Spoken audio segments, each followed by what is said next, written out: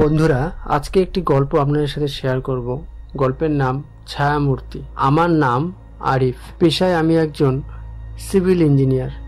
এই গল্পটা শুরু হয় আজ থেকে প্রায় 5 বছর আগে, যখন আমি একটি পুরনো জমিদার বাড়ির সংস্কারের দায়িত্ব নেই। বাড়িটা ছিল বরিশালের এক প্রত্যন্ত গ্রামে, নাম দেবপুর। দেবপুরের মানুষজন একটু গম্ভীর প্রকৃতির, বেশি কথা বলে না, বাইরের লোকজনকে সন্দেহের চোখেই একটু দেখে। আমি যখন প্রথম সেখানে যাই, বুঝতেই পারিনি যে আমাকে কিসের মুখোমুখি হতে হবে। তো প্রথম রাত্রিটা আমাকে জমিদারের বাড়িতেই কাটাতে হয়। জমিদারের বিশাল বাড়ি, বিশাল ভিলা, 3 তলা, কাঠ ও ইটের পুরনো গাঁথুনি, কিছু জায়গা ধসেও পড়েছে। আমি স্থির করলাম প্রথম রাত্রি আমি সেখানেই থাকব, যাতে প্রকল্পের কাজ সঠিকভাবে শুরু করা যায়। কেননা এটা জমিদারের বাড়ির ঠিক কাছেই একটি বিল্ডিং, সেখানে সংস্কারের কাজ আমাকে করতে হবে, যার কারণে আমি ঠিক করি সেখানেই আমি থাকবো আজকের রাত্রিটা। কেননা পরের দিন সকালবেলা আমাকে সংস্কারের কাজটা শুরু করতে হবে। তো আমি স্থির করি সেখানেই আমাকে আজকের রাতটা কাটাতে হবে। তো রাত 10টা বাজে, তখন পুরো এলাকা নিস্তব্ধ। আমি বাড়ির 2য় তলায় একটি ঘরে থাকছিলাম।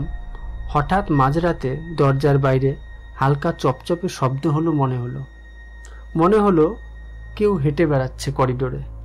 আমি আলো জ্বালিয়ে বাইরে তাকালাম, কাউকে দেখতে পেলাম না।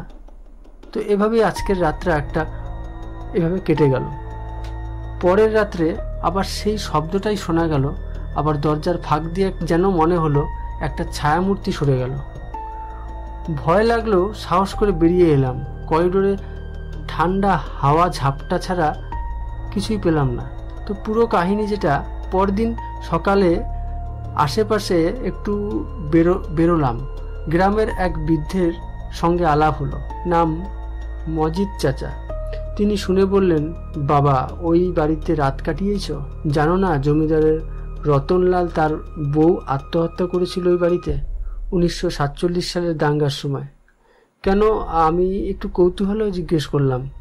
বউটার ওপর নাকি অপবাদ দিয়েছিল, ও নাকি মুসলিম পোলার লগে পালাইতে চায়। জমিদার রতনলাল নিজে হাতে মাইয়াটাকে মাইরা ফেলাইছে, পরে নিজেরও ঝুলাইছে ছাদের কড়িতে। আমি হেসে উড়িয়ে দিলাম। এ যুগে এসব ভূতের গল্পে কে বিশ্বাস করে চাচা? 3য় রাতে আমি সিসিটিভি ক্যামেরা সেট করলাম বাড়ির করিডোরে। পরদিন রেকর্ডিং দেখার সময় যা দেখলাম, শরীর যেন ঠান্ডা হয়ে গেল। রাত 1:13 স্পষ্ট দেখা গেল একটি ছায়ামূর্তি করিডোরে হাঁটছে। মুখ দেখা যাচ্ছে না ঠিকই, কিন্তু একটা মেয়েলি চেহারা বলেই মনে হলো। ধীরে ধীরে সে ক্যামেরার দিকে ফিরছে, আর তখনই ভিডিওটি ব্ল্যাঙ্ক হয়ে গেল। কিন্তু সবচেয়ে ভয়ের কথা, আমি জানতাম ওই মুহূর্তে ওই করিডোরে কেউ ছিল না। 4র্থ রাতে আমি পুরোপুরি জেগে থাকলাম। হাতে ছিল একটা টর্চ ও লাঠি। ঠিক 1:10 দরজার নিচ দিয়ে আলো নিভে গেল। তারপর দরজা ধীরে ধীরে খুলে গেল। আমি তো তালা দিয়েছিলাম, তারপরও কিভাবে খুললো? এই প্রশ্নটা প্রথম মনে আসলো। দরজার সামনে দাঁড়িয়ে এক সাদা শাড়ি পরা মহিলা, মুখ নেই, কেবল 2 চোখ লালচে আলোয় জ্বলছে। আমার গলা গিয়ে শব্দ বেরোচ্ছিল না। সে শুধু বলল, আমার দোষ ছিল না, আমি পালাইনি, ও আমাকে ভুল বুঝেছিল।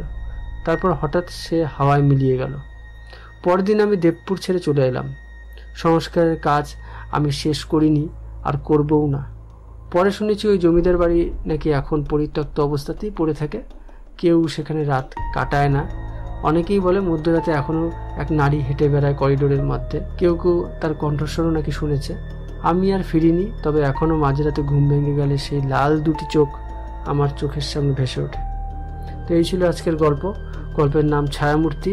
গল্পটি কেমন লাগলো অবশ্যই এরকম গল্প যদি তোমরা আরও চাও, তাহলে কিন্তু শেয়ার করে জানিয়ে দিতে হবে এবং কমেন্টে জানাতে হবে। সম্পূর্ণ ভিডিওটা দেখার জন্য অসংখ্য ধন্যবাদ।